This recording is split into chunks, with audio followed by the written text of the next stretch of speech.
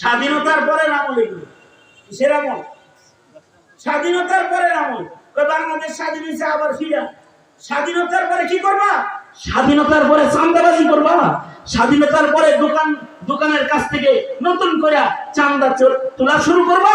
স্বাধীনতার পরে ঘরে ঘরে ঘরে ঘরে অত্যাচার বাড়ায় দিবা। স্বাধীনতার পরে আগে ছিলা তুমি বুজুর্গ আল্লাহওয়ালা, তবলিগে খালি চিলা লাগাইছো আর ঘুরছো, এখন আবার ঘুরবা। এটার নাম স্বাধীনতা? স্বাধীনতার পরে কি করতে হয়? স্বাধীনতার পরে জিকির করতে হয়। স্বাধীনতার পরে 16 বছরের গোলামীর জিনজির থেকে বেরিয়ে এসেছে। ইসলামের কথা বলতে পারতে না, কোরআনের কথা বলতে পারতে না, ধর্মের কথা বলতে পারতে না।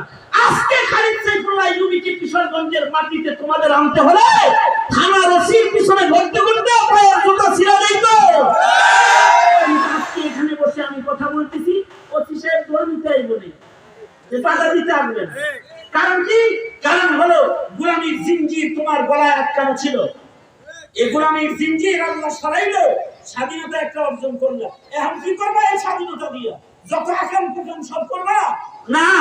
স্বাধীনতার পরে একটা আমল আছে, জিকির করবা, তিলাওয়াতুল কোরআন করবা। কারণ স্বাধীনতা কে দিয়েছে? হ্যাঁ।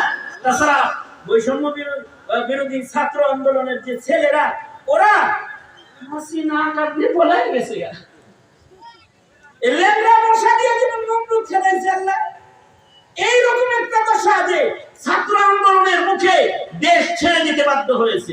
এটা তোমার কারামতি না, এটা আল্লাহর দান। আল্লাহর দান এটা। আল্লাহ দিছে এটা। আল্লাহ যে দিল, আল্লাহ দেওয়ার পরে তুমি চুপ করবা কি? তোমার কর্মসূচি কি এখন? তোমার কর্মসূচি হলো ইদা জাআ নাসরুল্লাহি ওয়াল ফাth ওয়া রাআইতান নাস ইয়াদখুলুনা ফী দীনিল্লাহি আফওয়াজা فسبح بحمد ربك واستغفر إنه كان توابا। স্বাধীনতার পরে তোমার আমল আছে।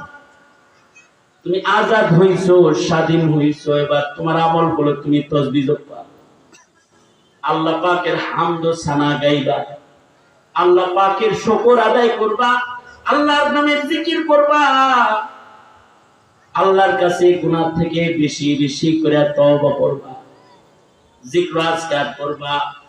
যদি জিকির করো তো আল্লাহর মুহাব্বত বাড়বে, যদি কোরআন পড়ো তো আল্লাহর মুহাব্বত বাড়বে, যদি আল্লাহ ওয়ালাদের সুহবতে বসো, কাসরাতে সুহবতে আহলুল্লাহ, আল্লাহ ওয়ালাদের সুহবতে গেলে আল্লাহর মুহাব্বত বেড়ে যাবে।